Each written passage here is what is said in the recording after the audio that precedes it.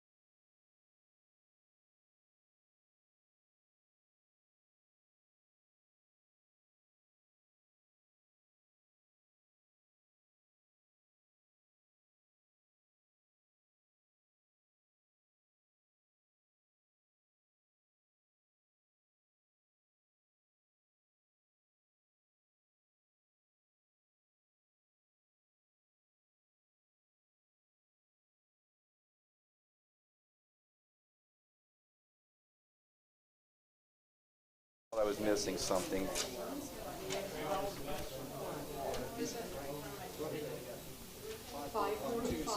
Yeah, that's the. 2022. Yes.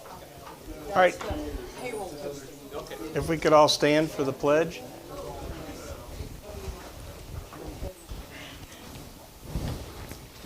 I pledge allegiance to the flag of the United States of America and to the republic for which it stands, one nation, under God, indivisible, with liberty and justice for all.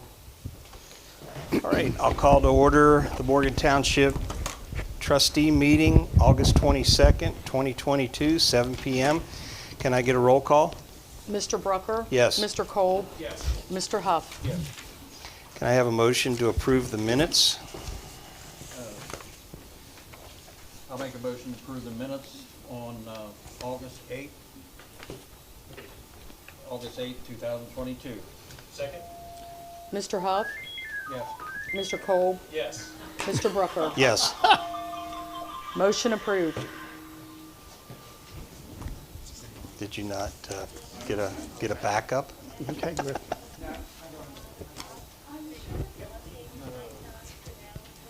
Yeah, that back for a minute. Yours is in the packet somewhere. All right, we good? Murphy's Law. Yep. All right. Can I have a motion to approve the warrants? I'll make a motion to approve the payment listing for dates 8/9/2022 through 8/22/2022. Payment number 525-2022,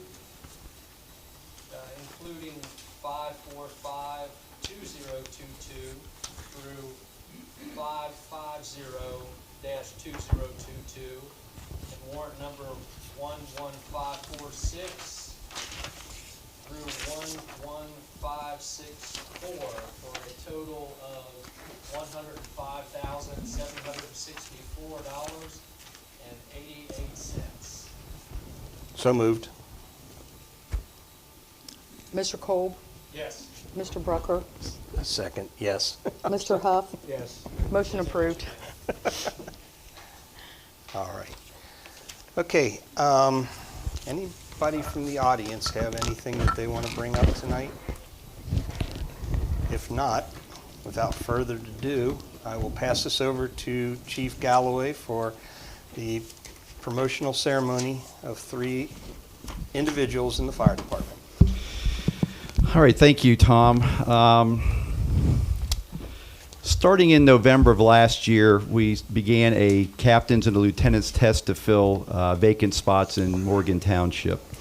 The process went through the end of January when we had the final grade and results for the promotion of 3 candidates, 1 lieutenant and 2 captains. Within that, as you can see, that's just another factor in the way this went. We had COVID, we had staffing issues, we had supply chain issues getting the folks' uniforms. So here it is August, and we are now doing the promotional ceremony. But they have filled those positions since the end of January when they were officially promoted. So tonight is their actual ceremony. Just a quick little bit of overview of it. There was 3 parts to the promotional exam. One was a written test that they took. Second was an assessment center, which involved a citizen complaint, a problem employee, EMS scenario, and a tactical fire scenario. And then finally, the third part of it was a 3-person panel interview with 6 questions that Tom Brucker was actually one of the members of that, as well as a role player. And I'm going to get some feedback from Tom on the process here in just a moment. Throughout the process, we hired a third-party company to do this, and Chief Griffith and Tom Brucker were the facilitators of the entire testing process. So with that, Tom, I'll let you give a few words. You were involved in it pretty heavily as a role player, interview, and then kind of the facilitator of it. Right. It's a very intense program, and I know quite a few candidates that went through it really stopped after the whole process was completed and said, wow, I thought I was prepared, but this really did prepare me for the next time I go for it. And I'm sure the 3 individuals that were promoted can attest to that it's not easy. It's not easy at all. And we put them through many different, as Chief alluded, there's many different parts to it. So you may be really strong on one part and just fall flat on your face on another part. So we wanted a totally all-round person to fill these positions, and I think we made very good selections. So the process is a third-party company, so there's no bias in our department. It's not a good old boys club that, oh, you've been on the department for so long, you're going to get promoted just because of years of service. This is something you have to earn. And Assistant Chief Griffith and I corresponded with the third-party company that did the assessment. Everything was in sealed packets. It went down to Florida and was processed. The results came back to us in sealed envelopes. I know we have one of the candidates happens to be the chief's wife. He stayed completely out of it. He stayed out of it. So there was nobody could ever say that there was favoritism or nepotism or anything like that. So that's why we went with a third party. And we had other department chiefs and assistant chiefs and officers participate in this to do the evaluation for the different sections. And they all said, this is an amazing program. This is an amazing process. So that's about all I got. Great. Thanks, Tom. I appreciate that. So first, we're going to bring up Jason Cook. Jason Cook was promoted to lieutenant. He's been with the department for 3 years. He has been in the fire service for 23 years. He's currently full-time as a firefighter paramedic at Westchester Fire Department. And Lieutenant Cook takes on the duties of ordering the EMS supplies, which is challenging these days, as you can imagine, the inventory of it, and then also the stocking of the supplies, both in the stock room and also in the on the medic trucks. So with that, his wife Angel will be doing his pinning tonight for him. So Lieutenant Cook, come on up. You trust her? You think she's going to stick you? Tom, we need some pictures. That was what Chief Okay. was going to do. All right. Give us a phone.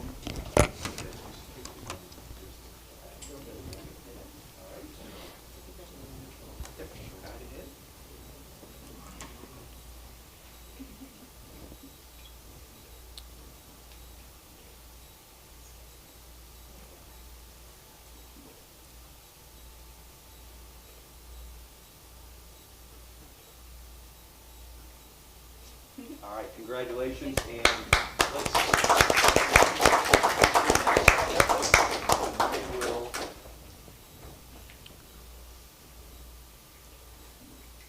Okay, and Lieutenant, congratulations. You want to introduce your family here that's here with you? My son Asher, my wife Angel, my youngest son Eli, my mom Kay, and my stepdad Dave. They all came to watch me do this. Excellent. Yay. Congratulations. All right, next we have Captain Browning. Andrew Browning's he's the senior member of our department. He has been on since 2007, 15 years with the department. He is also employed full-time at the City of Harrison Fire Department. Captain Browning takes over our fire training and safety division.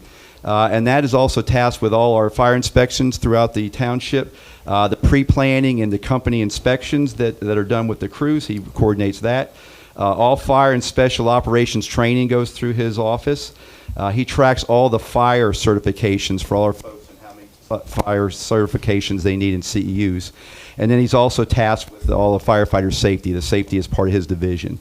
So with that, his wife Kylie is going to pin him. So Captain Browning, come on up.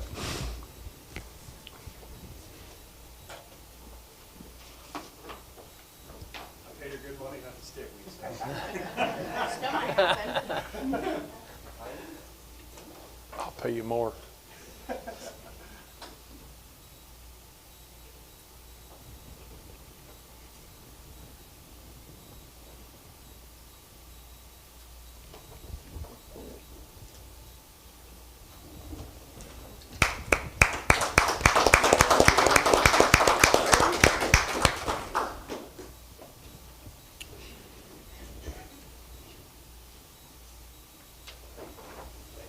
Congratulations. Kylie, thank you. My wife Kylie. Oh, my yes, father- I'm sorry. Introduce, yes. My father Richard and his wife Cindy. Excellent.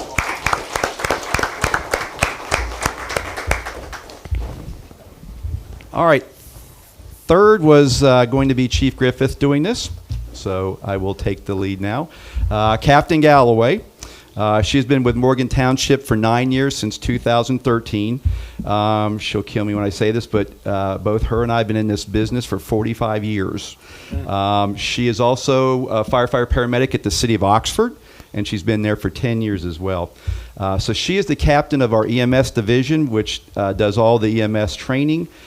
She does all the EMS quality assurance, which basically is reviewing all the reports, making sure the paramedics do the right job and follow the protocols on calls. She's tasked with all the EMS equipment, reviewing new technology. She tracks all of the personnel's EMS certificates and certifications. They have to have so many CEUs in a 3-year period. As you just saw a couple weeks ago, she's also charged with the CPR and the first aid classes, as well as she is our community public relations person. So with that, Captain Galloway, I think I will pin you tonight as well. So congratulations.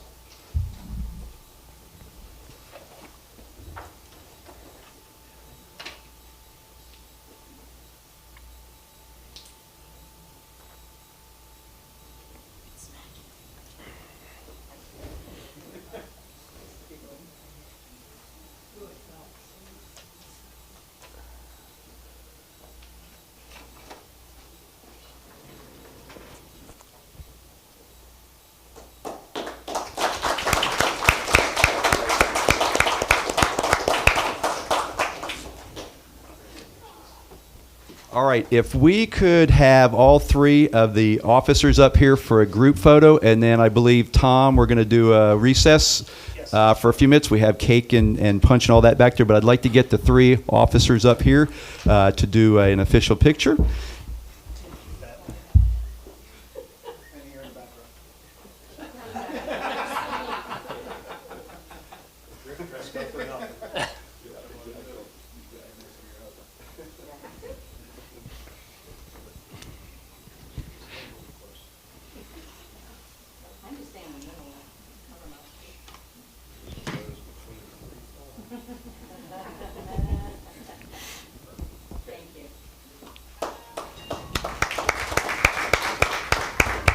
Tom, I will let you make that official motion.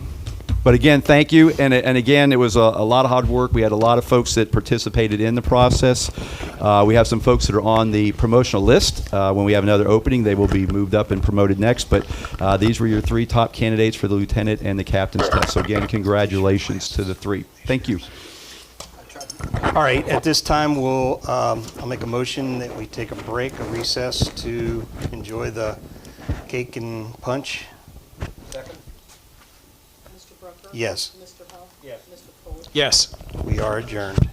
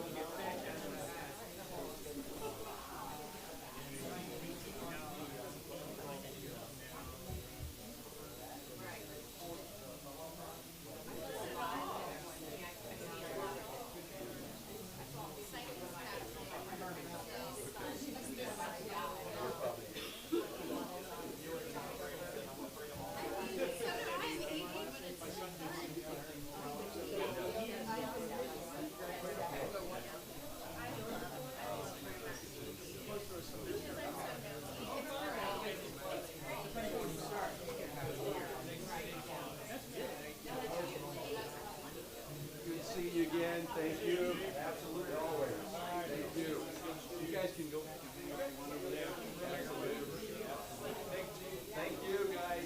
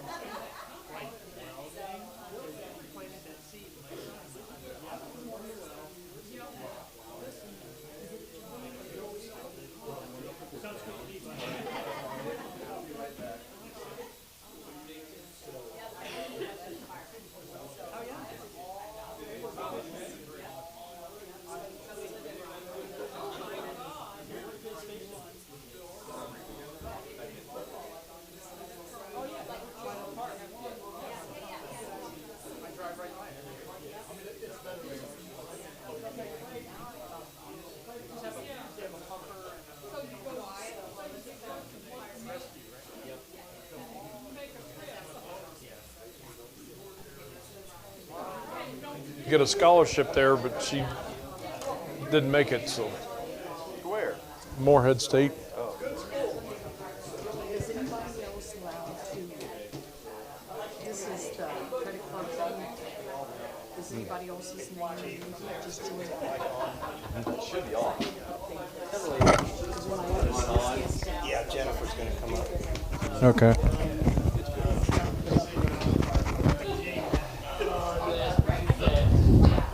You got a little over 30 days. Down around Korea. oh, okay.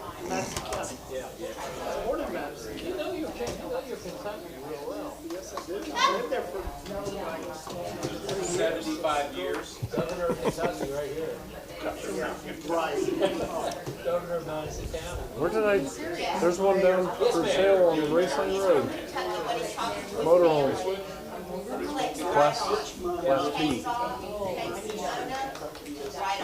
It's got a van. Okay, if we can all get back in your seats and get ready to start back up here in a couple minutes. No. Way on further down. Very nice. Like what's your price range?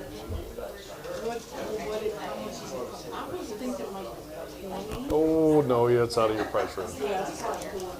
No, they want 82,000. It's only, oh, you're just insulted. this is 26 foot, but it's brand new. It's 2 years old. They bought it, and it's more than they want, more than they need. They thought that's what they wanted, but they want a smaller one. It's too big.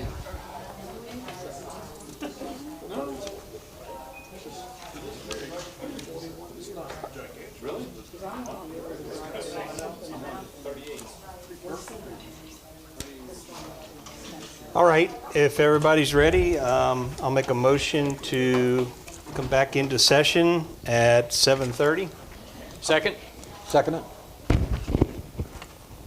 Mr. Brucker? Yes. Mr. Cole? Yes. Mr. Huff? Yes. Motion approved. All right, we'll go back to audience. Okay. We are graced with the presence of Jennifer Gross, our state representative Jennifer, if you'd come up to the mic.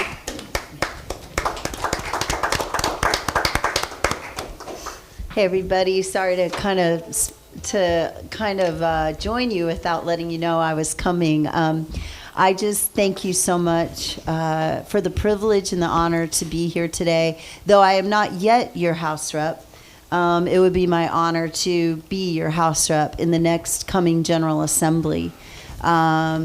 I am, just a little bit about me so that those of you who don't know me, I am a retired Air Force Lieutenant Colonel. I'm a combat veteran. I am currently also a nurse practitioner. I do telemedicine, and I'm a liberty fighter.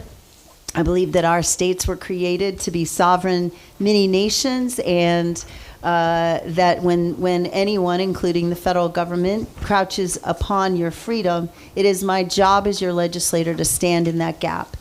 And I will continue to focus on that as we move forward for the next GA, the next General Assembly. I do have a newsletter. I also will intend, we'll be asking you guys every month so far, well, most months. I've been attacked by a few people lately. I will have a town hall. I've had 15 in the last 2 years. So one of those every 3 months will be in Morgan or Ross, and then one will be in Fairfield, and then one will be in Westchester. So I'll be rotating every month. I'll be somewhere. You are always welcome to attend, even if you are employed here in Morgan Township and you don't live here, you're still welcome. I want you to know what's going on in Columbus. That's my job. I'm a populist Republican who cares about the people. So I want you to know that I'm approachable and I'm here. I may be short. I'm not as small as I once was, but I'm a rebel, and it'll be my honor if you choose me to be your legislator in Columbus. I'd be honored. So town halls, I also have a newsletter. I want you to know if you go to Rep 52 at ohiohouse.gov, that will soon be Rep 45 because our district will be 45 in January 2023. But right now, if you write Rep 52 at ohiohouse.gov and sign up for my newsletter, you can see what I've been about for the last 2 years. So thank you for the opportunity to be here. Thank you, sir, for allowing me to speak. And if you need me, I need all your emails when there are pieces of legislation, both your administrators too. When there are things that affect you, I will be asking my aide to forward them to you. You don't necessarily have to respond.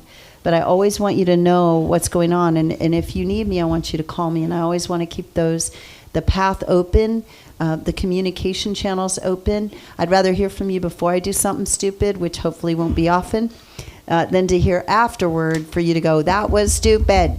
Okay? So thank you so much. And thank you for the honor of being here. Okay. Does anybody have any Yes, questions? Sir.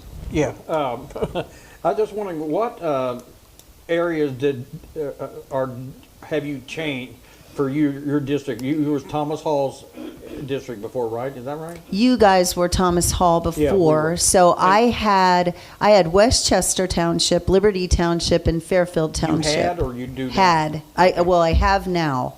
And next GA, I will have, if you choose me, I don't want to be presumptuous, which is why I haven't been here before the primary. I will have Westchester, Fairfield City, 2 precincts in Fairfield Township, Ross Township, and Morgan Township. So I'm the whole entire belt across Butler County. Not Riley? Not Riley. No, sir. So Thomas Hall then loses Morgan Township, and he picks up Liberty Township. Okay. So does that answer your question, sir? So then we are going to go to 45, right? Correct. Your new district will be called 45. Should be kind of easy to remember. Gee, I wonder why. But Jennifer, I know the district's been cut up, and which was a lot of consternation for a long time to understand who our candidate could be. It was hard for me too. So at where your residence is, who knows where? You're not. Are you in Ross or Morgan? I or live in Westchester. in Westchester. Okay. Yes. She wants to move Any here. chance we I could do. get you This to is move? it's God's country out That's a here, nice- is it a not? lot of Oh land my out here. goodness. Yes. Several lots you can go and buy. Seriously? Now- He's the one to talk to right there. Well, now, My could husband you- Chris is here with me. Okay, I was Yes. going to ask you if you'd introduce. Yes, my 'cause I- husband Chris is my right-hand man. Hey, Chris. He's probably knocked on some of your doors, and we'll all be back again. So You gave a great speech up at the Central Committee, and I know a lot of people were trying to meet Chris, but you guys were pretty well swarmed. But it's great to have you guys come down and say hello to us. thank you, sir. I will be here. I will work to be here at least twice a year. I have 4 places now: Ross, Morgan, Westchester, and Fairfield. So I'll go to each one. I'll try to get there once a quarter. But if you need me to be here, like you have a 50th fire chief in Fairfield, just retired after 50 years. No hint. And He hadn't been here that long. and I was there, but I was just a visitor because I don't yet have Fairfield. That's another representative, right? And but I was really I was really thankful to be there to see. But if you want me to come to events, you want me to be there, please reach out and let me know. If I can't be there, I won't. I'm usually in Columbus Tuesday, Wednesday, and Thursday when we're in session. But if I can possibly be here, and it's really important, there's some things going on in Ross. There are things going around that they really want me to maybe not weigh in on, but understand the issues that they're facing. So same with you guys. If you need me and you want me to be there, I want to be with you. You guys are the ones that strengthen me. I really believe that you are my people, and that this relationship will be a really good one. And the reason that I serve is because I believe in liberty and freedom, and I will support you any way that you need me in that vein. So, any other questions? Any questions from the audience? This would be a great Can't chance put me on the to- spot. Can't put me on the spot. I'll answer anything honestly, and that's why we'll have town halls. So if you have questions about what's going on in Columbus, I will tell you. You may not always like it, but I'll tell you the truth. Where would you want to conduct those town halls? Would you want to use this facility? It or- depends on what you guys would allow me to do, and it depends on the time. I try to be around when you guys can meet me. So a lot of people work, right, 8 to 5. So usually my town halls are 5 to 7, or on Saturdays from 10 to 12, so that people that are working Monday through Friday or can't get on a weekday, or that I try to rotate them to fit your schedule, not mine, because it's my job to serve you. Would you allow us to record that and live stream it so people I can would watch think it at so. a later date? I would think so, and I will tell you, I've been attacked by some maybe some people occasionally, and it'd be nice to have it recorded. Yeah, we record all our meetings, Mm-hmm. and it's live streaming right now on YouTube, and then it's always in our archive files and Sure, easily accessible. sure, I'd be totally okay with that. Okay, perfect. Yep, I want you guys to know, and I want all the community to know, not, like I said, not that I won't misspeak or that I wouldn't say anything wrong or vote wrong. I mean, nobody's perfect, but it's my job to serve you, and I'll do the best to my physical, mental capability. Okay. Anybody great. else? Thank you very Okay, much. thanks, you guys. I really appreciate it. Okay. All right. We'll go to Township Administrator, Mr. Galloway. Okay, not a lot on the agenda tonight on both the township and the fire. So first is the just the update on the American Rescue Plan funds. The estimated total, the $561,539, that is been reduced by the $20,000 that was earmarked for human nature. So that's the snapshot of that as of today. Second of all, Tina, myself, and Rob met with Highland Insurance. That was our semi-annual safety and risk assessment that we have to do every 2 years for Highland in the Ohio plan. And just a couple of highlights. We did very well on the risk assessment. We were here for, I think, 2.5 hours answering the questions and all that. But they did reiterate, and we already have removed it, but they did reiterate that no longer can you have on any job application questions, have you been convicted of a felony? That is illegal now. So we made sure that you cannot ask that. Can you do it in the Can you polygraph? you can't ask for their record at all? You can do that in a background check, but it cannot be on an application. So he reiterated that again, and we Oh, you had can already. do the background You check. can do a background check and find it, but it cannot be on an application. Cannot be on the township application. Applications, or is that all applications? That's all applications. So, next, and I need to talk, go ahead. Going back to the meeting with Highland, I know Rob's. Oh, no, I'm still on that, but go ahead. Yeah. Okay, go ahead. All right. Okay. Go ahead. Next, I need to talk to Chris because they had they had some questions. Did we have and I had to ask Chief this, multifunctional double authentication, it's late in the day, when we get into our email, and we do not. And that was kind of a red flag warning that they brought for the cyber. That's what they're seeing the most right now in payouts and in the insurance world, is the cyber threat and getting into emails. And I'm bad, a lot of our are bad of leaving our computers on at night, not physically shutting them down. So that was something that I need to talk to Chris about on that double getting into the emails. On the fire side, we have to do, which we do, so it worked out perfect, periodic confined space training, hazmat awareness, and MCI training, which we just did MCI training here not that long ago. So with that, we answered and we did everything on the questionnaires. There was one issue that I need to tighten up a little bit about, doing random driver license checks. So actually I ran three of them today. But then we did a walk around. They walked around the Township administration buildings first with Rob, and then walked around the fire station. Looked at a lot of stuff like the generator and how long it lasts, the backup, the fuel systems, all that kind of stuff. And we got a very good risk assessment analysis for the next 2 years, which will help our Highland insurance and all that. So. Real quick. COIs. Say that again, Tina, I'm sorry. COIs for anybody coming on the property and doing anything. Oh, The yes. Certificate of insurance. Certificate of insurance, which we kind of learned that when we had the last vendor back here, and we asked for that. But yeah, that's the other one, is a certificate of insurance if they come on the property to do any kind of work. Now that takes us out of the liability part of it. That was another check. So, yeah. But other than that, it was a good meeting, and like I said, they had a lot of boxes we had to check. Yes, no. Do we do this? Do we did? And we came out very well on that. So, questions about the Highland insurance and risk assessment? I just wanted to hit on, I don't know if Rob was going to talk about it, but he wants to be very involved in our park. Before we break ground, he wants to see plans and everything. Oh, yes. Yes, He told me, and me separately and Rob separately. He has a background in park engineering and design, and in the insurance part of it, so we don't get sued for somebody falling off the playground and all that.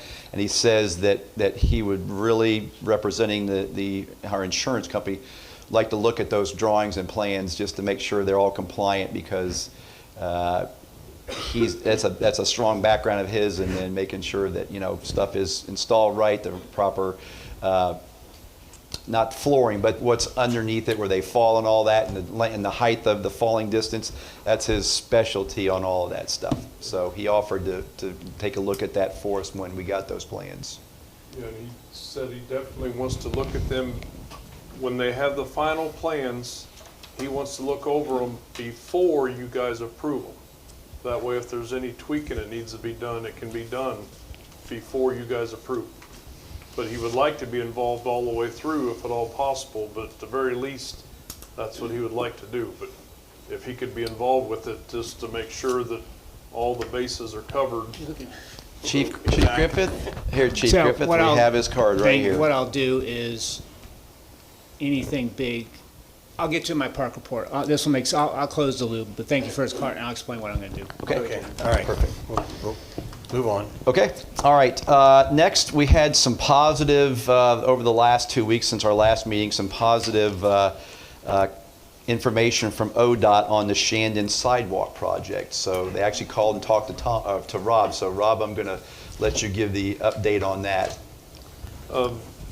Chief, I apologize. I forgot to bring the names of the gentleman that I spoke with and who he gave me. I spoke with a gentleman who's in charge of right-of-way inspections for the ODOT.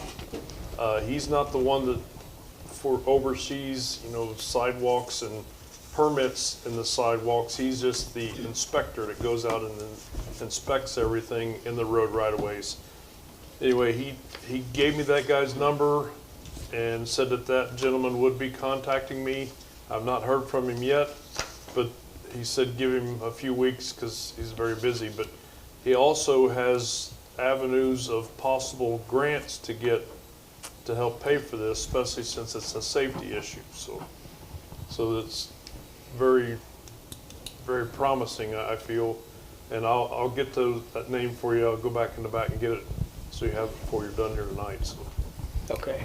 Is that an ODOT connection? Yes. With this gentleman? That is an Okay. ODOT connection. Did we ever get to hear from Bree? I did. Okay. She said that she was not the right person. Okay. I think that's Bree turned Yes, this gentleman Bree is on the to one. Rob, and that's in charge of right-of-ways, so. Great. Yep. So I don't know when the Shandon Civic Association meets again, but when I get up with Chip and those folks, I will inform them of that information. Then I think I've worked out the bus loop issue for next year. Instead of turning around in the middle of that, we're just going to run a loop of Alert New London, Chapel, Cincinnati, Brookville, and just run that loop with a couple buses, because I think that was their concern, which would be an easy fix. And talk to the Butler County Regional Transit about a couple of buses. That way, there's always a couple on the road making that. And I think that'll cut a lot of that safety issue down until the sidewalk project, becomes so. Was that sidewalk, was there any plans, I mean, is there any preliminary at all of where it would go? Will it dead end? Will it go up Church Street, or, the thought was it'll end up at Chip Gettles in that last building up there. It'll go through to Munchin, past Munchin's, and up to the back of Chip Gettles, which is where the business district stops. That's the goal. We don't know which side of the road is because both sides have a deep ditch on it, and that's all the right-of-way that ODOT's got to take a look at and just figure out. So, yep. But there's no distinctive plans or No. areas. I mean, that's going to be up to ODOT to try to guide us where that's to be at. Okay. Yeah. Because if you take a look at Ross, where the Family Dollar is, if you notice they came down one side and then they crossed it to go to the other side because of, I guess, right-of-way issues. Right. So they may have to do that up there. I just don't know. How did they do their sidewalks by the cemetery up there? You know? I don't. Yeah. I don't know. Because they got brand new sidewalks come down from that new subdivision all the way down, and I was just Yeah, wondering. I don't know. I can talk to Ross and research But that. that's not a highway, so it's Yeah, all up to the yeah. township, I guess. That was through the county. I do know that. That's the Through county, because Lehigh down there? Lehigh's a county road, so that all had to come through the county engineer's office. So, Okay. So on the Shandon sidewalk, ODOT gives permission and does like the engineering of it, tells us where. I don't know about doing the engineering. But the They just expense give- is they ours. just give the permission, And the expense is Morgan Township? unless you can get a grant. Right, but And it they would be on said a that there's grants grants available. available to go after. Okay. Yep. Plus the CDBG grant, which we discussed a couple of Right. times about how they've been given other cities and townships sidewalks. I think if we really move forward on this project as we're researching it, if you look at the existing sidewalk at spots, it is just in terrible shape with, busted up in roots. So I think if we're going to do the whole project, we should at least put in the project when we do, hopefully grants and all that, is fix and repair what's existing, and then new sidewalk as well, going all the way up to, the end of the business district. So Okay. that would be the goal. But it is positive that we finally did get a call back from ODOT, and the gentleman's the one that does the right-of-ways research. So, okay. So that's all I got for administration tonight, unless you have something for admin. Nope. Yes. How about? The COIs, did they say anything about being additionally insured? I believe they did. Make sure that when you do your Believe they did. COIs, you do additionally insured, because then that takes it, if they lose their insurance right while they're working, you get a notification. Yeah. And that's all it does, but it basically gives you the right to be able to audit them Yeah. for their insurance. I believe they did. So Okay. I think it's my notes over there at the station. Okay, first on the fire department, I need a motion for firefighter paramedic Rob Morton. This is 1 year anniversary, effective 8/23 of 22, at 30 cents an hour raise to $19.30 an hour. So moved. Second. Mr. Huff, Yes. Mr. Bruckler? Yes. Mr. Cole? Yes. Motion approved. Okay. Lenore, that number? Or, I'm sorry. 120-2022. Thank you.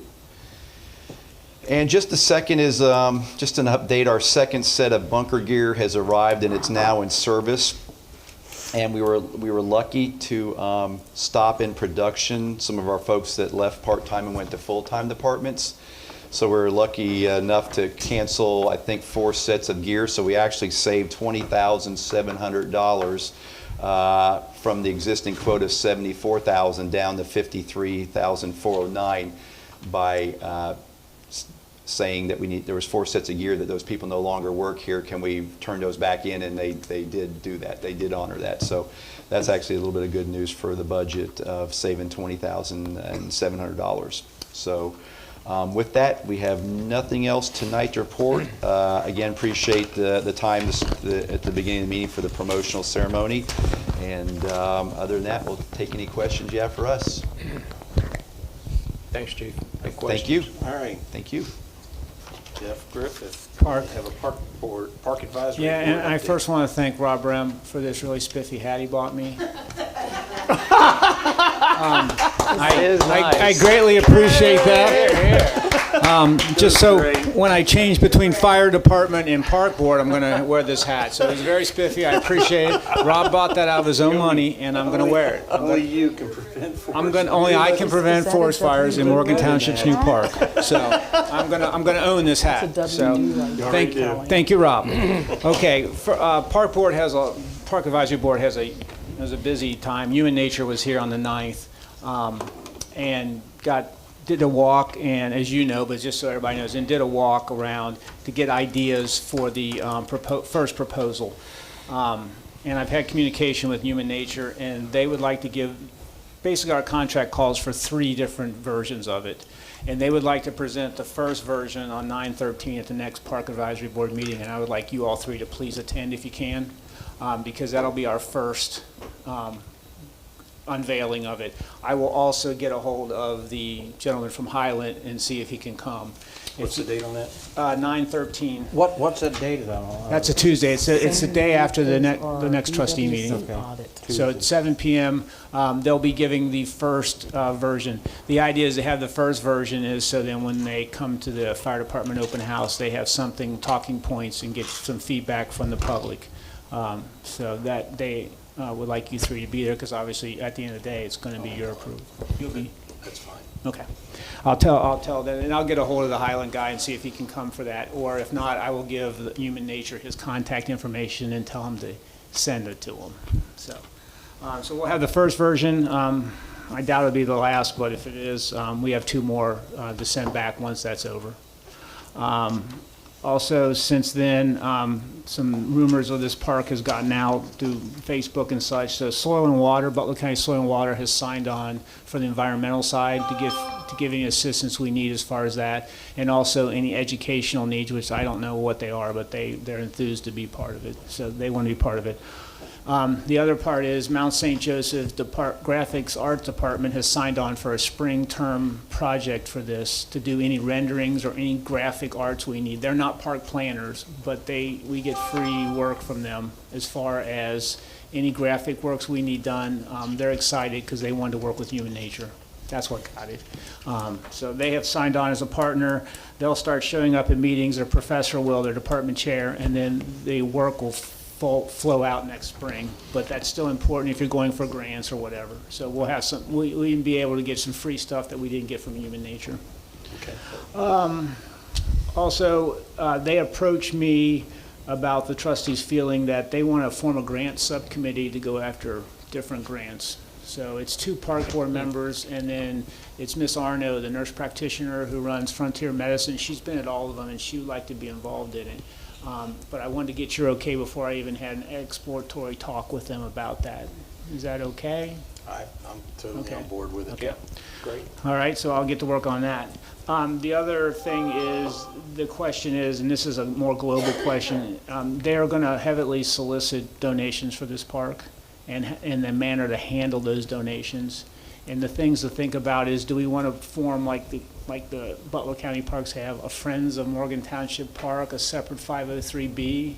Or, you know, how do we want to handle, because the question that they're getting is they want to make sure this money, if they donate it, goes to the park. Right.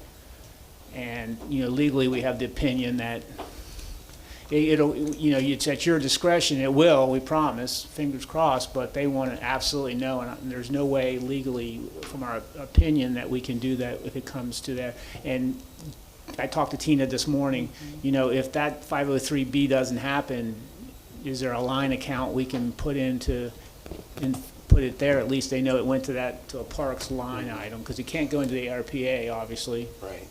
And do you want Tina to explore that, or, you know? Well, we do have a line item already on the budget for the park, right? That's in 2273. That's under a. Yes, and we can't put money in that. We can't, okay. No. So we can create a line item, right? In the general fund, you possibly could, but if Okay. you want to do a park number, you have to apply to the state auditor Right. to get that. Okay. Reach out, or I can reach out, somebody reach out to Bruce Henry from Hanover Township, because Okay. he facilitated all the contributions and donations and whatnot for their park. Do you want to do it, or you want me to do it? It doesn't matter. Do you know him? Yeah, okay. I mean, I'm happy to do it, but if you have a relationship with him, you know, Okay. I won't have to put my park commander hat on. Can I borrow it? Yeah, sure, if you want. I'm going to give you a badge for it next. And then the last thing is the committee has requested, they want some way to get out to the community that, you know, come to the open house and give feedback on this human nature plan. They're going to tag it. We send to home all the kids in Morgan know that we send a fire department flyer. They're going to send one, but they want something a little bigger.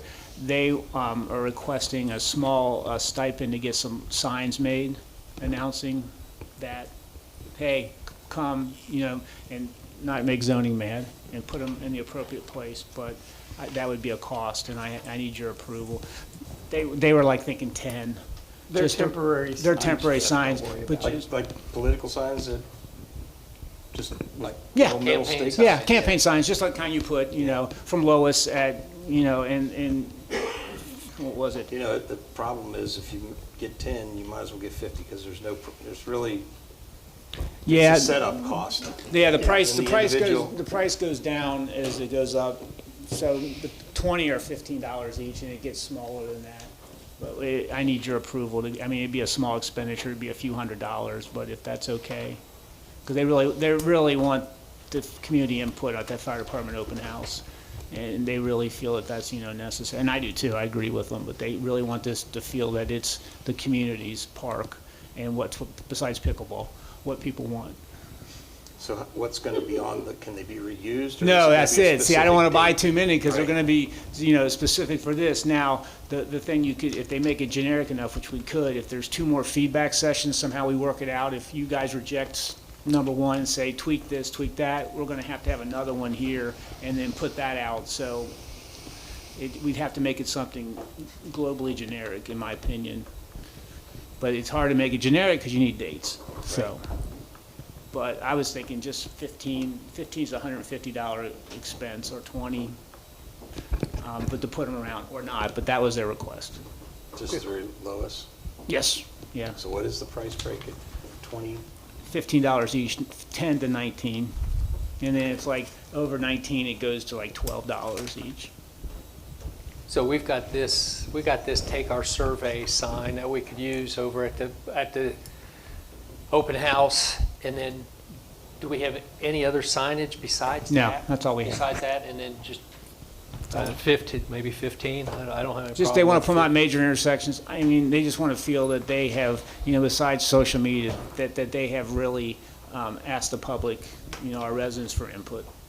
That's what they're looking for, and they all believe this together from the email traffic. It's unanimous, but that's their feeling. And we have had good feedback, survey feedback. I don't know what more we could really get out of additional effort. Yeah, and I don't know how many more people it's going to bring to the open house to give that feedback. So I could even do 10. I mean, just you know. What are you putting them at, like intersections? Yeah, just the major intersections. And they thought one, like, when you come down Cincinnati Brookville, hey, this is gonna be your park, you know, that kind of thing, but that's what they're looking for. Did Lowe's do the Nixle signs? No, I got those through that signs are cheap. Can we look at that, or do we not have enough They, time? they turn them around in a week. Yeah, I can go that way. You too. can Okay. get them with the stakes for like lots of 50, 100 and up. And Okay. I'll just make a motion that we approve signage Okay. for the park board not to exceed $250. Is that, That's perfect. is there a Second. second on that? Second. Okay, Mr. Brucker? yes. Mr. Cole? Yes. I'll Mr. put Huff? in the work on that. Motion approved. Thank you. I think that's everything for the parks for tonight. All right. And for the park board, if not, Mr. Brem, road department. First off, I'd like to get a PO for $1,762 to Schaefer Lubricants. That is for a 55-gallon drum of 15W40 to change the oil in the dump trucks, backhoe. And we bought a drum a year ago that we're just about out, so that's why I'm wanting to buy, it's lasted us a year. So moved. Second. Mr. Brucker? Yes. Mr. Cole? Yes. Mr. Huff? Yeah. Motion approved. Okay, thank you. Had to pick up a dead deer on North Wind Road. We've been trimming some trees in Howard's Creek. We are taking a break for a week because one of our employees is gone for a week, so we're gonna mow roads until he gets back. Then we're gonna be back trimming trees down Howard's Creek Road. The county will be doing the final culvert of North Wind Road, supposed to be next week as long as the weather holds up, but it has not been officially said that they are for sure doing it. I was just told that tentatively next week is when they plan on doing that final culvert. And it is the last one that we have on all the culverts that we had approved to do. This is the last one. Where is it? On North Wind Road.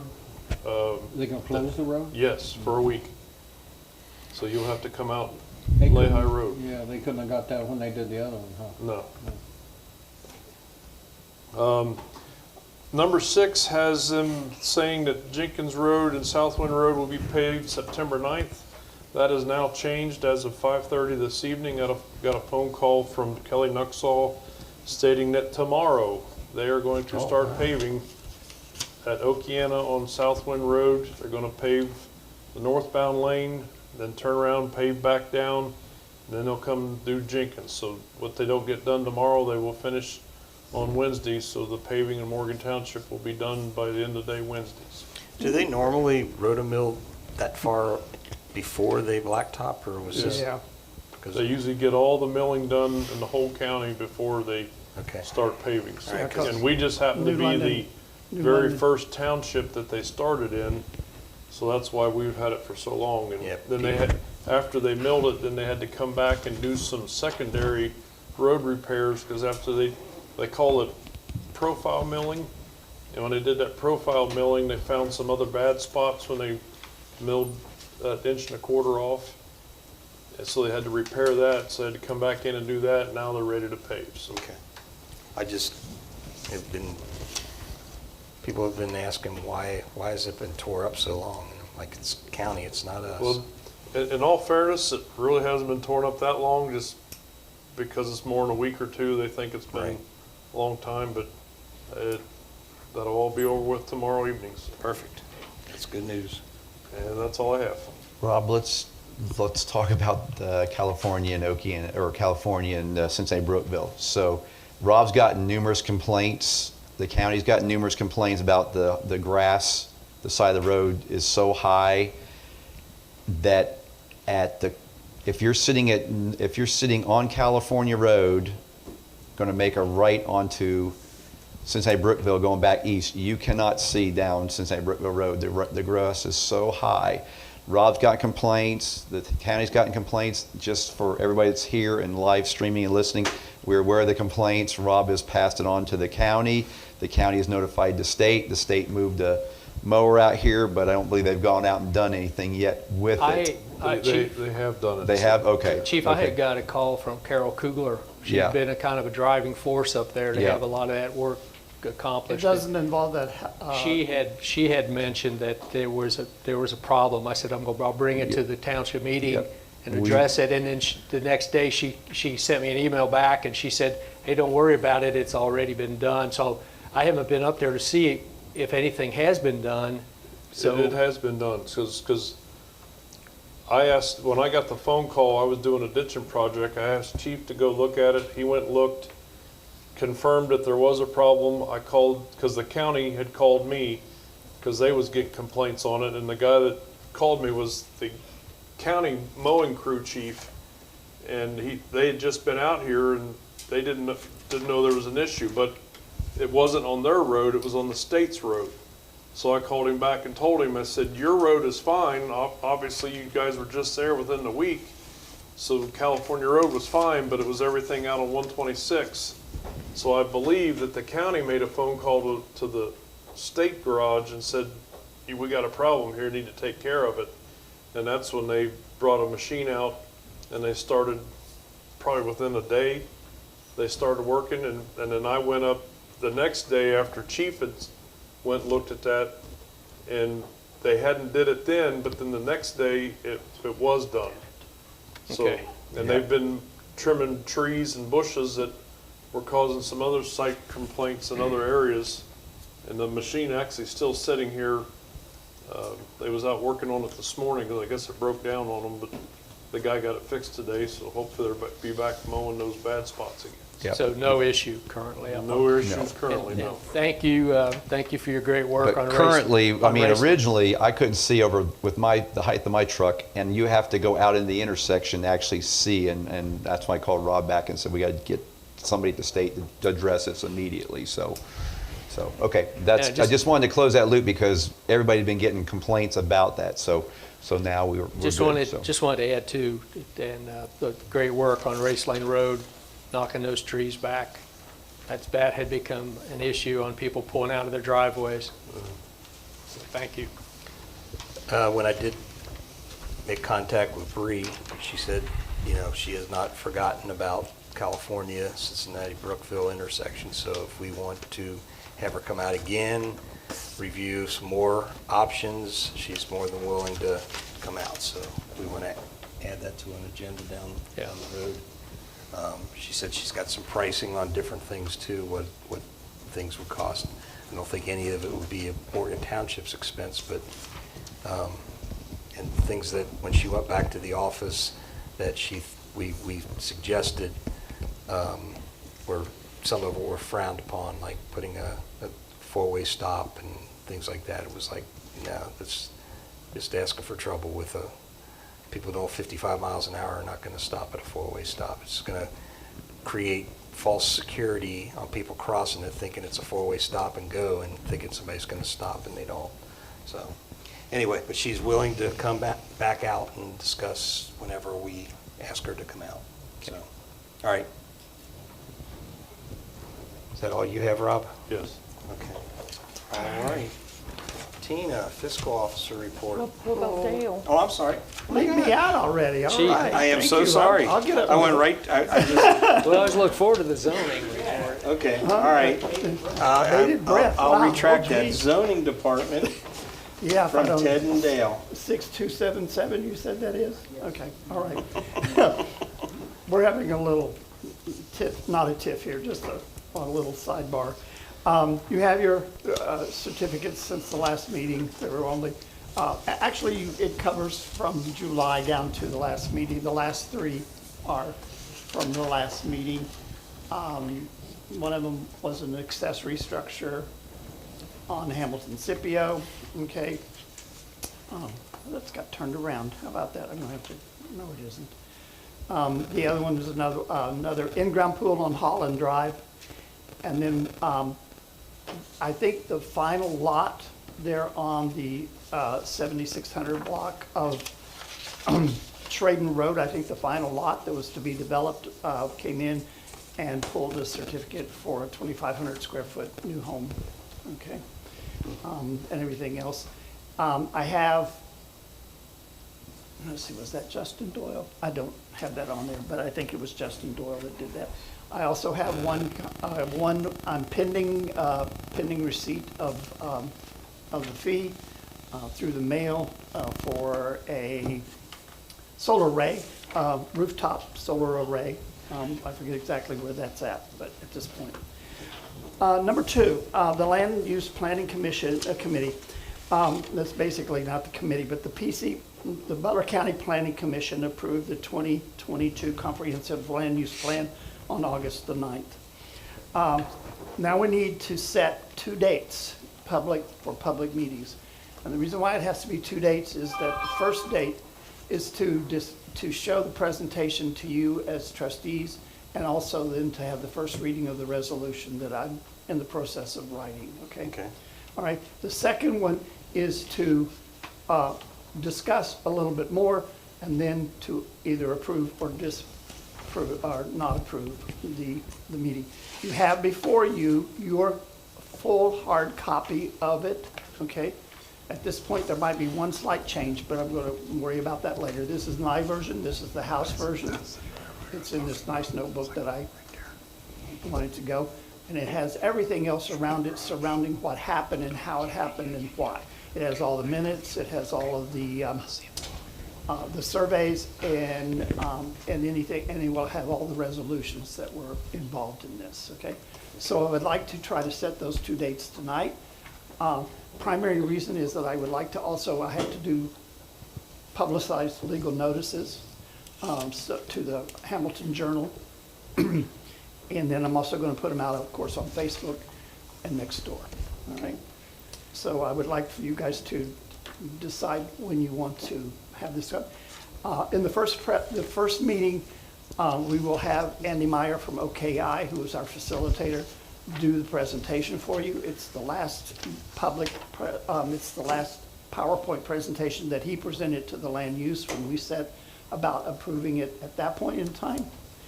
And he will come in and he will go through that, which is the major objectives and the major goals that we discussed and came up with, all right, through there.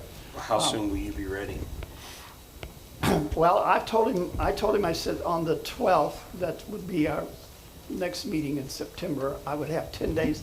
I would put the legal notice out this week for that September the 12th meeting.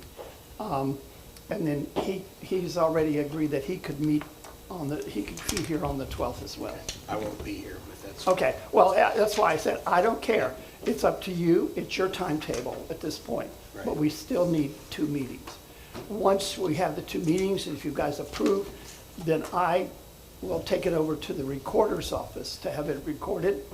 And then 30 days effective, if you approve, it becomes effective as Ted said, law. But it's not law, but it's just there, okay? It's law. All right, it's Dale's law. No, not really, but just to let you know, that's the process. So you guys choose the dates, and I will work within those parameters. Okay. All right? Discussion? Dates? You good? Do you want to make a recommendation on dates? I mean, Well, if I think Tom's we're not all going to be pretty here, flexible. if Tom's not going to be here on the 12th, will you be here on the 26 is the 26th? next meeting. Yes, I will be back. Okay. That's 26th of September, correct? Yes, Yeah. right. Yep. Okay, all right. How about then, I'll say the 26th, and then 2 weeks later, October 10th. October 10th. Sounds good. Okay. Okay, so September 26th.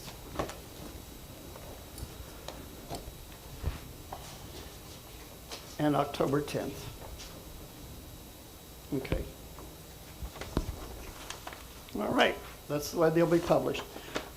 Just to, my last thing real quick is the zoning commission's next meeting is September the 7th. We're going to be planning our little presence small presence at the open house because we're going to start our registration in the small in-home business enterprise world. And just by asking, and we're also going to be giving out information about what's happening in zoning We're going to work hard to do that. And we'll also be displaying the land use update posters as we have them too. As you see, I've taken them down. I took them down for the election was when I took them down. And I'll put them back soon. I'll put them back sometime in September for us, okay? Okay. All right, that's all I have tonight. Ted? So we had a complaint about someone's property that has not mowed the grass in quite a while. So there's a letter going out to them today. Gail's going to send it Tomorrow, actually. Tomorrow. Yeah. He's going to send it out tomorrow. And then 2 weeks ago, we sent a second notice to 2601 Bell Road, as well as 4439 Howard's Creek for Howard's Creek for trash, Bell Road for inoperable vehicles, pretty much. So. Was, okay, I see it now. Never mind. Answer my own question. Yeah, you guys have the letters that were actually sent. So that Ted has done that to basically let you guys know what has been written in those letters. So I'm going to start doing that from here going forward. You'll get a copy of each one of the letters. That way you can see what's going on. Okay. Okay, great. Thanks, Ted. Thank you. Anything for zoning? I did have one person ask me sometime, which was kind of interesting about those letters, and he asked me for a copy of one, and I sent it to him. It's public record. Okay. Anything, I forget exactly what was on, but. Okay. All right. Now, Tina, fiscal officer Okay. report. Okay, I need a motion to approve adding $3,275 that was received from HAS Claims Service for collision damage to Fund 1000 in the Revenue and Appropriations budget for 2022. So moved. Second? Mr. Brucker? Yes. Mr. Cole? Yes. Mr. Huff? Yes. Motion approved. Okay, next is the Premier Energy. When I called and explained to them that we probably would be interested in purchasing the prepaid propane, the girl gave me 2.599 per gallon. But then, after I had already printed this, I received in the mail the contract for it. They sent it after the fact, and it is 2.299 this year for Okay. prepaid. Do you guys want 10,000 gallons again this year? You buy What do you think, propane, Ralph? I don't. I thought we would cut that back to 8,000. We talked about that when we were doing the budget. Okay. What would the pricing be then? I remember the We discussion. used it all. We used Use Oh, 10,000. yeah. all This past 10,000 season. gallons? Yeah, we did. Just get installed as a higher efficiency. Yes. Okay. Well, I mean, because there might be a penalty if you don't use it all, too. Or No, 10 there's no cents. penalty if you don't use it, but, well, there never used to be. Gallons not used are subject to 10 cents per gallon charge at the end of the contract. Yeah. Oh, yeah. Yeah. Did you, because I like, That's new. yeah, it's 10 cents per gallon for, Is that if they pick it up though, or just if you just don't use it? If you don't buy If you it, don't- You don't get it. You don't Purchase purchase it, that yeah. much. yes. so how big of tanks do we have? We've got 1,000 in Shandon, we got 3 1,000 gallons here, That's 4, we've got a 500 in Okeana. so 4,500 gallons. Yeah, well, you can, So you choose we could how top many. off, right? Yeah, you Yes, choose sir. how many you want.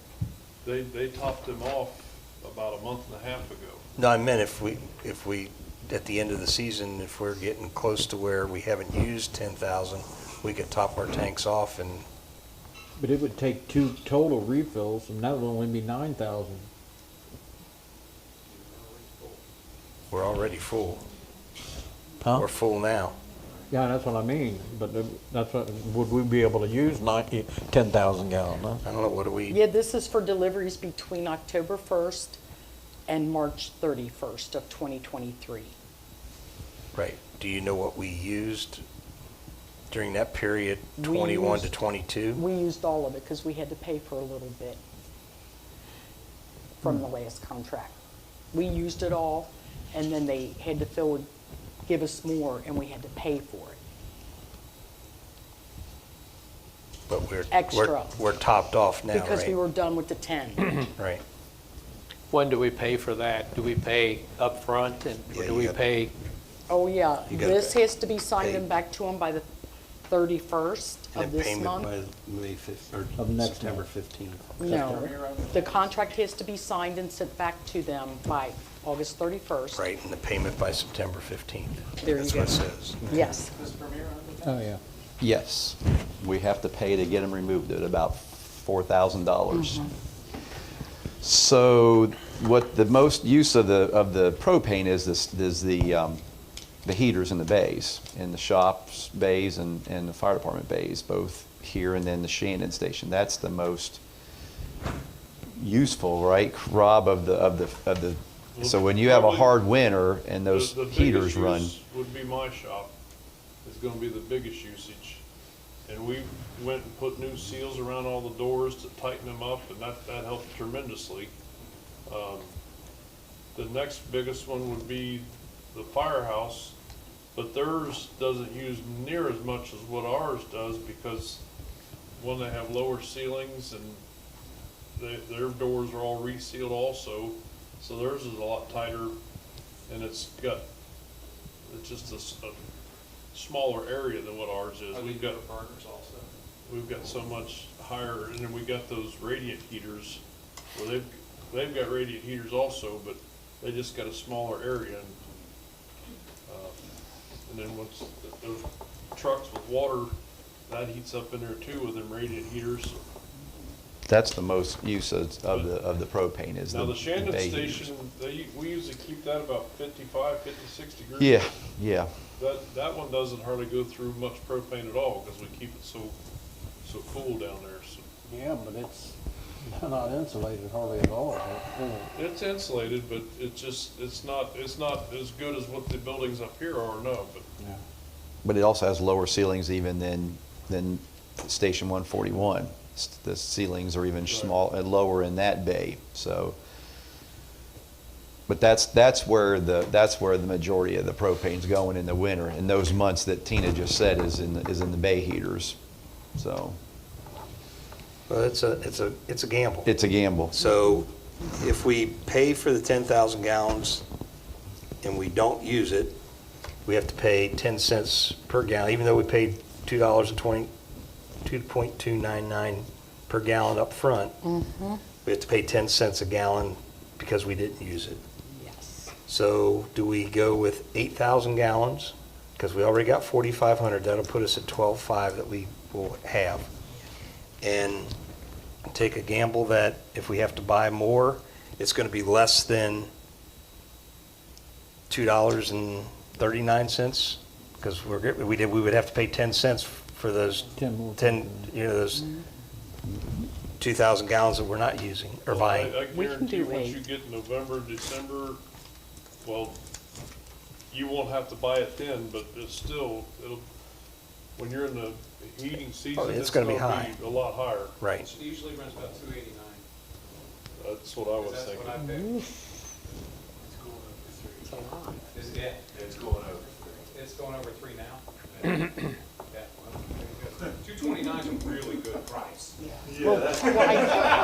I gave you that other one from the Farrell place, but they don't have gas or diesel fuel. Right.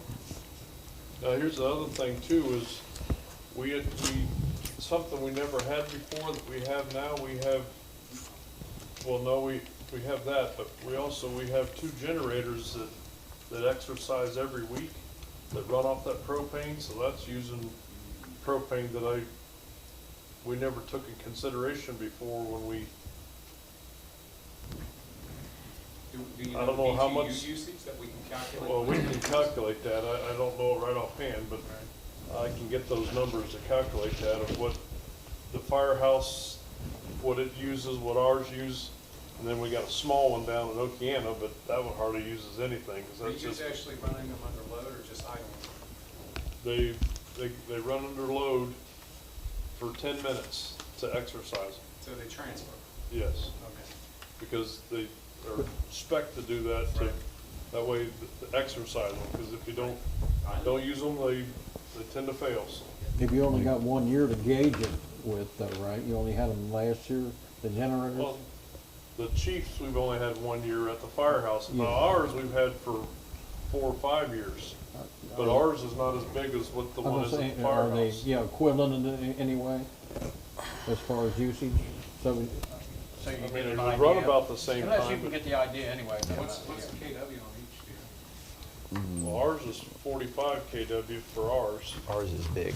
I don't know, but I thought yours was 65 KW. it could be. But take for instance, and you can't judge this. You can't do anything about this other than it is what it is. The car took out a telephone pole in front of Diamonds like a month ago. And for 8 hours, we were on generator because they took that whole line down. So We could have an ice storm and 8 hours, that thing ran because, now granted, the insurance company's gonna get the payback for the poles they replaced, Duke did, but they're gonna get our generator, our 8 hours of diesel, or propane back, so. Now, Hold on, Chris. we do have You're off. separate tanks Oh, for you're each on. generator and separate tanks for each building. So the firehouse actually has 2 1,000-gallon tanks over there. I forgot about this. There's one 1,000-gallon tank that runs all the furnaces, and there's one 1,000-gallon tank that is just for the generator. And it's the same for our building. There's one 1,000-gallon tank for the heaters and stuff in here, and one just for our generator. So there's 4 1,000-gallon tanks just on this property alone. There's the 5th one down in Okeana, and then the 500 and so we got 5,500 gallons right now. 5,500 gallons. Okay. I forgot about that. I mean, You're using about 16 gallons per month to run for about 15 minutes under full load transfer for the 45 and the 65 kW. So that gives you a local calculation of it. The difference between 8,000 gallons and 10,000 gallons is $200.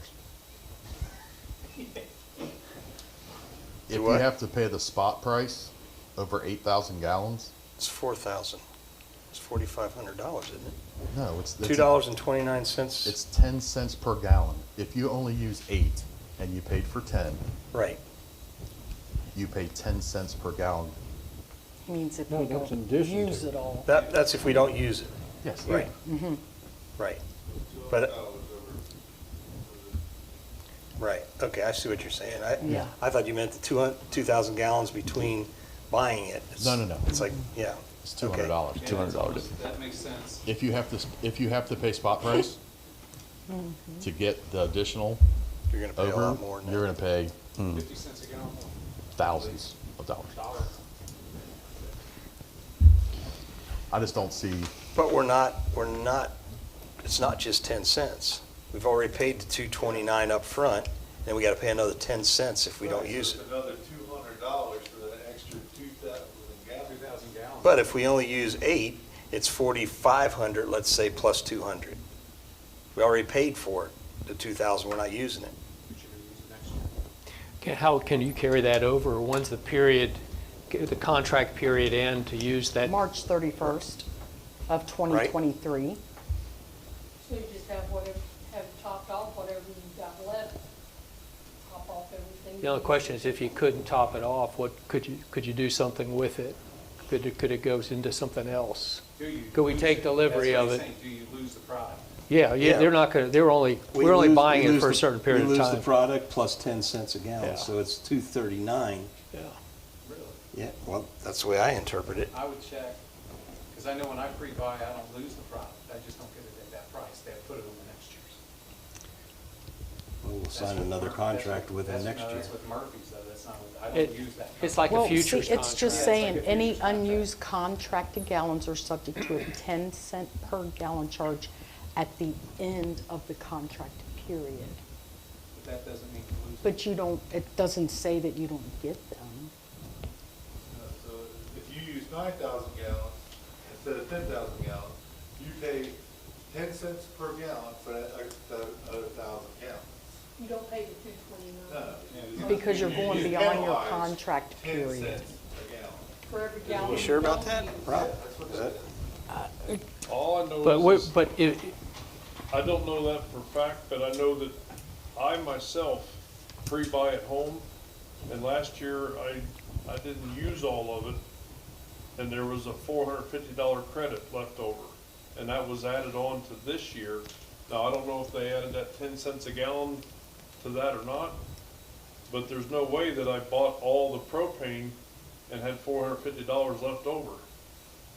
I mean, So we could have a $4,000, $4,500 credit for next year? Is that what you're saying? but your price would be based on buying 10,000 gallons of it. Your price is based So- on buying 10,000 gallons. So if you don't take the 10,000 gallons, you've basically got a cheaper price when you should have been charged more. And maybe that's the 10 cents per gallon to make up the difference. That's the reason why they're charging you 10 cents a gallon is Okay. you 'Cause didn't you're take it going- all when you, for the 229, and that's not saying you're losing a product, but you're just, because you didn't take it, you're having to give an extra 10 cents a So gallon. do we get a credit? Because they're asking for 10,000 gallons at Based on- $2.29 a They- gallon. We have to write a check for $22,990 by September 15th. So we prepaid for it. No, but you don't lose We'll get a credit. your money. I'll tell you what they do. Okay. And I talked to them about this. When they come and put gas and diesel in, any money you got left, they use that for the fuel. Okay, that's fine. Then I'm good with 10,000 gallons. You know what I'm saying? Yeah. Well, especially since she said last year we used 10,000 gallon. I We guarantee had to we're gonna pay use that for, this we year. had to pay for some If we propane used that last last year. year, we're gonna use that this year. I mean, I can even turn back the shops back here, and I try to turn our bays back here down when we're, like after we've come in from plowing snow, I leave them set at 60 degrees so they melt the trucks off. But then after everything's all melted off, I turn them back to 52, 53. So we really didn't have to have all this discussion then. No. Not really. 10,000 gallons. 10,000 gallons, But okay. it was interesting for a minute, right? Yeah, it was fun. A minute. It was fun. All right. Okay, So somebody, one of you make a dudes motion have for a PO for Premier Energy to prepay for propane at a cost of $2.299 per gallon for the 10,000 gallons of propane for the heating season. It'll be a PO for $22,990. Second? Mr. Brucker? Yes. Mr. Cole? Yes. Mr. Huff? Yeah. Motion approved. One of you guys need to do this, and I'll send it back to him. I'm gonna email it to him.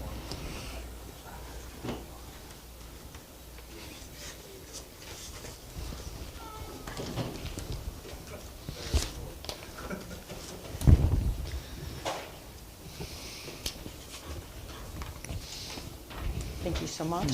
Okay. And the only other thing I have is that Ohio BWC will be here September 13th to perform an audit of 2021. And I have a big honking list of all the stuff they want. You got it all, or you need help getting it? Oh, no, I have to start on this. Okay. I just got it. Okay. Yeah. Well, if you need anything, let us know. It's bunches and bunches of paperwork. It's all good. Are we doing 10,000, guys? Yes. Yes, I'm sorry, yes. Okay. So that additional, that saves us $3,000, right? If you say so. Okay. We'll go with that. I guess I see you. Okay. No, I believe you. All right, anything for Tina? All right, Daryl. Yeah, I just want to announce that the Ross multi-class reunion for Ross High School is going to be this Saturday, and I'm the vice president, so I'll be attending, and anybody else is welcome. And then the other thing that we had was, 2 weeks ago, we had a phone call from a gentleman on Clear Creek Drive, off of Chapel Road, and Tom got the phone call, about an issue of drainage. The guy was, putting his own, it was yard drainage is what it was, and I think it was a misunderstanding with some of the neighbors or something, but, me and Jeff went down there and talked to them, and then, in the meantime, Rob had called, the county, right, Rob? Correct. And what did they tell you? That, it was, everything he was doing was okay, right? Except for one thing, Which one was that? he didn't get a permit. Oh. Yeah, slight thing. A lot of that's happening lately. So I wouldn't have they, thought- they made him get a permit, and he got all huffy puffy, but this was before you guys got I there. was gonna say, it didn't sound like everyone.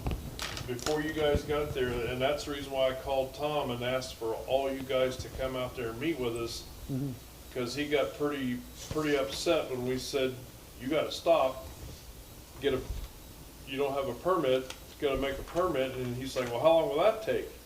Well, usually 48 hours, you get a turnaround. Well, he's like, we've gotta do this all today. And the only way that the county inspector said she could do that is if the trustees signed off on it.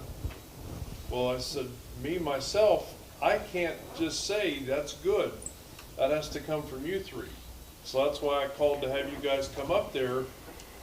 I personally didn't see a problem with it, but I couldn't just give that okay. So that's why I had you guys come up there. Well, in the meantime, before you guys got there, after I left, the county lady come back and said she talked with her supervisors at the engineer's office. They said, if you fill out the permit right now, he'll stamp it, give us approval, backfill it, call it a day. So that's what happened. And he had to do it because he'd contracted a guy to come out there, right? Correct. Yeah. So he went and took it and ran. And all he was doing was trying to drain subsurface water, which is water under the grass that was leaving it wet and stuff. He was not gonna change the ditch in any way. It's just the only thing that he did wrong was working in the road right of way without a permit. Now, if he would've got a permit, they would've told him that you needed to backfill with gravel, you needed to put the sock around it, all this sort of stuff. But they allowed him just to put regular field tile drainage in there, and that's all that they do on a regular farm field, is just put slotted 4-inch drain tile. And that's all he did, is just trying to drain excess water up by his driveway where the ditch laid wet, and down by the catch basin that the contract or the developer had put in, that he put in 2 foot too high, that wouldn't let the water get into it. So he dug down 2 foot below, which was actually 4 foot below the top of the grate. Yeah. He punched a hole in the side of it so this tile could go in there, and that was another reason why I needed a permit, because that is a county structure. It is our road, but is considered a county structure because the county owns all right of way. That's why the county's involved with it. And they didn't say anything about him doing that though, right? They let him. Well, they knew about it. Pictures were taken, showed to them, but they still said give him the permit as long as he fills out the paperwork. So she come back with a permit. He filled it all out right there. She put the stamp of approval on it. He's good to go. I think we all agreed. I mean, really, he's really doing the neighborhood a favor, really, because it doesn't. He showed us pictures, didn't he, of in the spring, and there was it filled this room here, that one Correct. area. There was a lot of water there. Yeah, Correct. so that'll probably take care of some of that issue there. But anyway, I thank Rob for coming, taking care of that for us. Me and Jeff down there. So. Okay, that's all I got. All right, Mr. Cole. Last week, we had some feedback from solid waste concerned about our recycling bins. And the question was, will we be getting the recycling bins where you have to break down the cardboard and slide it in like a playing card? So I went back and we looked at what we've got now, and we've got 6 typical bins that fold up and do not have that slat. So I talked to our solid waste director and she said that Rumpke had programmed to put the slatted bins into the townships. And I said, you know, we would really like not to have those slatted. And I looked at what was in our recycling bins, and our recycling bins are pretty clean as far as it's the right things going into the bins, no trash. And I said, you know, we're not typical out here. We have pretty great recyclers. And I said, is there? I will say one thing about that. Yeah. On the side, I agree that the right things are going in there. Yeah. But those cardboard boxes are not being broken down like they're No, supposed they're to be. not. I'll agree with that. That is what I the saw biggest back issue. there, it surprised me, but I did see some that were broken down. And I think the comment was, if people have to break them down, they might not recycle them. And Well, we I didn't mean, want that to you know, happen. I mean, I break mine down before I even bring them here. Yeah. I mean, that's just the way I've always been trained, mainly because I worked at places where we had to break them down to get them in there. And I agree, but there have been times when I brought my recycle up here, and I only do it about once every month and a half because I have 3 bins at home that I put it all in, and then I bring it all up here, and I can't find a bin to put them in because of the boxes. And I've seen the same thing, Dale.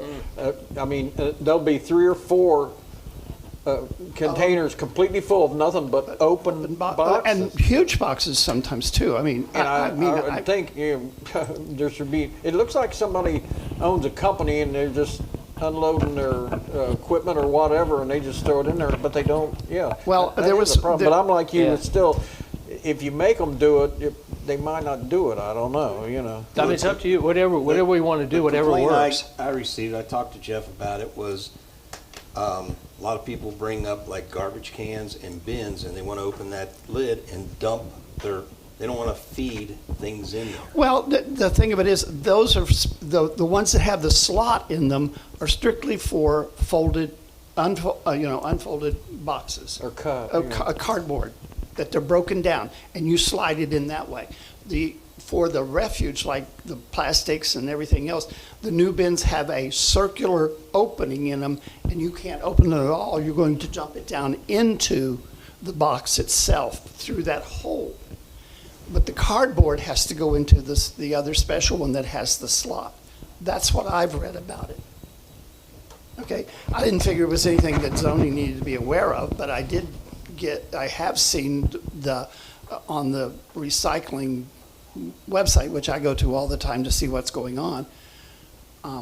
That was, and then I went over to Rumpke's to see what those new things look like. Are they offering different ones, Jeff? I mean, like you could have 3 of one and 3 of another or something? Yeah. They have to You be. have to, yes. They have to. So we've got 6, we could do 3 and 3 with the round circle. So is there do you see any obstacle with the round bin with the round hole in the top for the plastic? Other than where it might be located and how far up somebody has to lift. If you had an older person who wanted to, try to get it, but it's an open bin, and you're not having to lift the lid.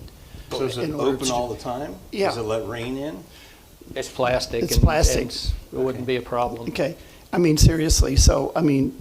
Well, if they drain, it wouldn't be a Yeah, problem. So they got holes in the That bottom. I don't know, but I do know that these it's a large circle right in the middle, and you can't, I mean, apparently, maybe, yes, you could open it because Rumpke's got to dump it.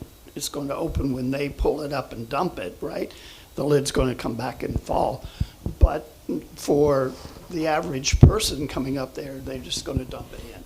That's hard. Those lids, if the wind's blowing, you can't get those things to go back. Yeah. I've stood there and just holding it, and you can't get them to go down. And then once you get them down, it's hard to get them back up. And I tell you what, I've been sitting in my office a lot here, and then everything else, and I can hear them slam those things down sitting in my office. So we could stay the way they are, and they would be filling up faster. But do you ever have a problem with them being too full where you can't get your recycling in? Yeah. It depends on what day. Yeah, and primarily the reason is the unbroken boxes. Yeah. Okay. I mean, Jeff, I'm not trying to. Well, then, I mean, legitimately, I see it as the best way to go because it forces people to break down the boxes or they don't okay. recycle. Well, we could, I don't know what what kind of feedback you're getting, but we could switch. We can try it, but, you know, the places where they've gone to those new style. I know we're gonna hear about it. Is the volume of recycling dropped? Yeah. I have no idea. You'd have to ask Rumpke to see if there's been a volume drop. Well, they say any volume drop would be offset by the fact that they're getting cleaner recycling. Well, I So agree. it's a wash with them. Right. Okay. We'll discuss, we'll think about it. You know, that's We'll keep watching it and see maybe what- 4 and 2, 4 with the circles and 2 with the boxes. Since we're on the recycle bins, could we put something on the website to tell people not to leave their mattresses outside of them? It's already on.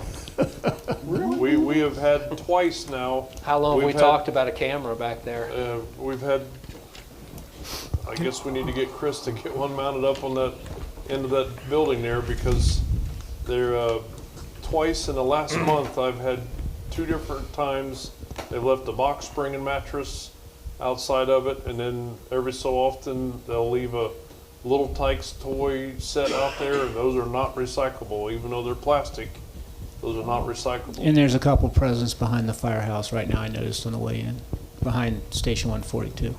Is there? Okay. Yeah. And that, we have more trouble with trash down there than we do up here, except for here is where they brought the box spring and mattresses is up here. What do you have to do with them then, Rob?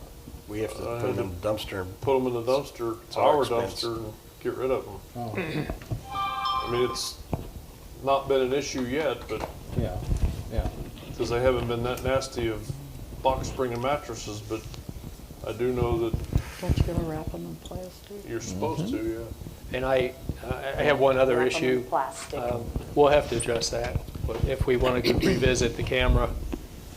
But then we got to enforce it, and that's going to create a whole new opportunity stream of running people down who violate the guidelines, so, which is okay. Okay, and the other thing I have is a motion for a PO to Oxford Computer Solutions for $3,000 for audio-visual components to live stream our meetings. We had an issue with our old equipment that was shorted out and ruined due to excessive heat in our computer room behind us. So- I'll second that. Okay. Mr. Cole? Yes, Mr. Huff? Yes. Mr. Brucker? Abstain. Okay. that's all I have. Did you didn't have anything on road maintenance? No. You had road maintenance and the zoning concern. We already took care of that. Okay, all right, Yeah, good. we're good. All right, I've got a person that called and sent me pictures of a tree that looks like the roots are starting to show and it's leaning, and there's some safety issues if it falls, not only coming across Howard's Creek Road, but also probably taking out the power and everything else. I'm singling you out. I'm not singling you, but it is on Chris Schweitzer's property. However, it's not on his property. It's not in the road right away. It's in the creek. I thought you sold So, out. It's all good. State your name and address. It's Chris Schweitzer, 4324 Howard Creek Road. So that tree has been in that same position since I moved here 6 years ago. At the time I moved here, I made inquiries about taking care of that tree. And I was told by the Corps of Engineers that I would need to get a permit to remove said tree. So I made some more inquiries, and they basically told me that the permit application was $20,000 to go into that creek to do work. And that doesn't mean that I'm gonna get to do any work. That's the application fee for that creek. Who'd you talk to, Chris?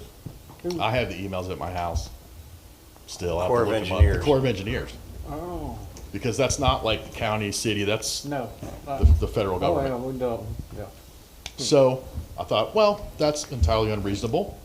I'll move to the next thing, which is Butler Rural, who has the electric for that area. Surely they would take a tree down that's going to hit their lines. No, it's in the creek, and they're not going to touch it. So everyone's basically told me, unless I want to spend an inordinate amount of money to fix it, wait till it falls down and deal with it then. Which Butler Rural will absolutely deal with as soon as it hits the ground.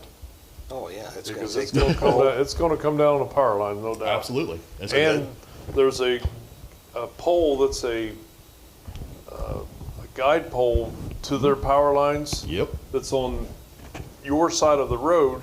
Yep. That's even closer to the tree than what the power lines are, and it's gonna come right down across that and pull everything down across the road That is correct. when it happens. Is that the tree you were talking about 2 weeks ago, that we had tree work on Howard? No, no, Okay. that's not the one. I think by us being down there working has facilitated some of this, because they've seen us trimming trees, and that's got all these, because when the lady that called Tom Drucker said she was gonna meet me down there and show me where the tree was, even though I pretty much figured it out where it was. Because I was looking up by Shaker Valley Estates, I'm like, there's no trees up there that even come close to that. And the one that would have matched it was already down, had already fallen in the creek. Yeah. And it's crossways, and, but in any case, another gentleman stopped me while I was at your driveway and said, see that tree right there? I'm like, yeah, that's why I'm stopped here, so. So, and then just so everybody understands, so the Corps of Engineers area is bank to bank plus 10% of the total width on either side. So, say the width is 100 feet, it's 100 feet plus 10 feet on the bank side and 10 feet on the other side. So if I do anything within that area, I have to get a permit. And that's cost prohibitive. Now, Butler Rural told me, as soon as it hits the ground, call them. They'll be right out. I'm sure Rob will be right out with chainsaws, and it'll be cleaned up lickety-split. But no one can do anything until it hits the ground. Right, but the concern is safety, because the cars are driving down there, if it falls and hits a car, or God forbid, a lot of people walk on that road. They If do. they're walking there at that specific time when that tree falls, it's lights out. It is. That's the issue, so. Is that one of those big sycamores? It's like a cottonwood. Big cottonwood. So, and I mean, I understand the safety aspect of that. Oh, that's You know, going but- any day now. It's been exactly like that for 6 years. It has not moved an inch because I've measured it. Yeah. There's a pole up moving. there. I pull my tape measure, and it's been the exact same for 6 years. I mean, that entire valley's been Leaning flooded towards out. the road? Yes. It's leaning towards the road now, right? Yes. Not towards the creek. Well, it's crossing the creek. It's gonna cross the creek. It's so big, it's gonna cross the creek, right? Okay. Yeah. Is that root ball in the stream path? Does Yeah. water run across that root ball? Mhm. Well, it can't, the next floods, it's going down. It's been that way for 6 years. Mark, the next flood is going down. And you know what? I keep saying the same thing. Now, Maybe Rob, you pulled on it a little. given the fact that the other one that you thought it could have been that fell into the creek, in the next flood, that tree's gonna come down and it's gonna have, is that gonna cause problems?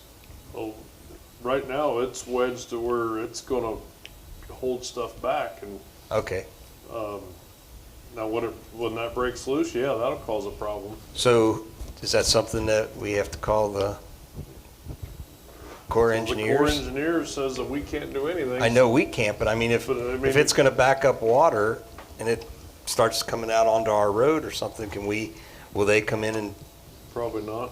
so who does it? This is like a point fingers and. It's to point fingers at everybody, but the Corps of Engineers is not gonna do anything. And we can't do anything. I know we can't because we've crossed this bridge before.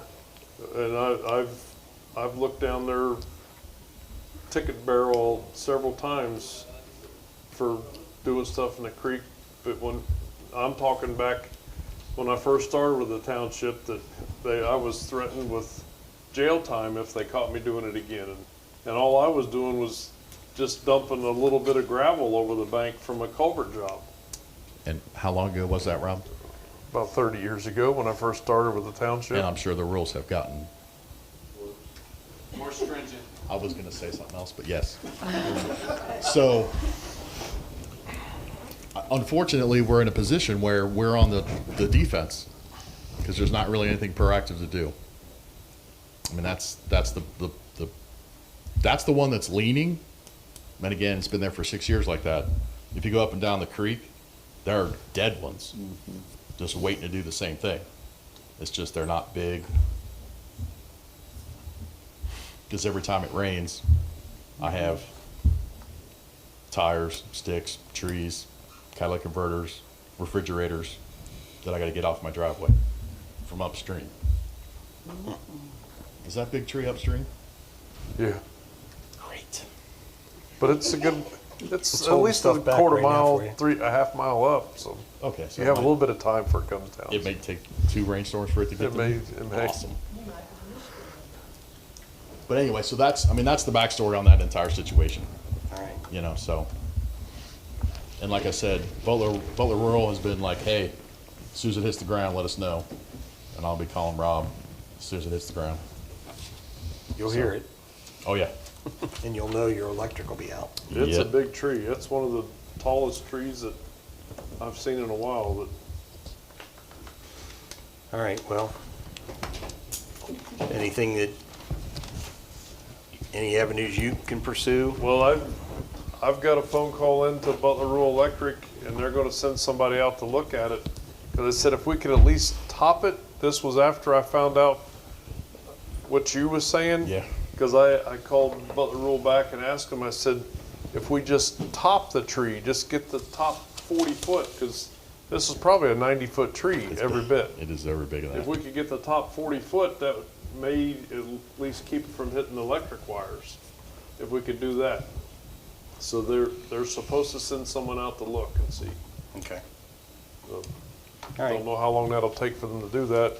Usually Butler Rural's pretty good, so they get out there pretty quick, so. All right. And it would be easy enough for them to do with a bucket on the street Right. to grab that. Call off the space and tell them to get on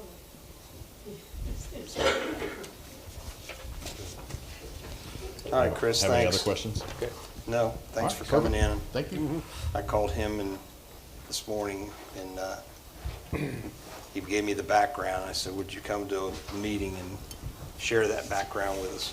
So, all right, we're still looking for application resumes for fiscal officer. We're about a month away before we lose Tina, so we definitely need to fill that position. I will be out for the September 12th meeting. I didn't know if we wanted to reschedule. It sounds like we've rescheduled things. So you guys okay with just doing it? Yeah, we'll press It'll on. be a 28-minute meeting, I think, when I'm not here. Okay, amen. Okay, anything else? Anybody have anything? Can I have a motion to adjourn? I'll make a motion to adjourn? I'll second. Mr. Cole? Yes. Mr. Huff? Mr. Huff? Mr. Buckley? Yes, Okay, motion approved. we are adjourned. Okay, so we're gonna have the meeting on the 12th? Yes, you guys will do it Just me and yourselves. Huff? Okay. And be it to 13. I'm definitely gonna need you. Yeah. Okay, I gotta need him too.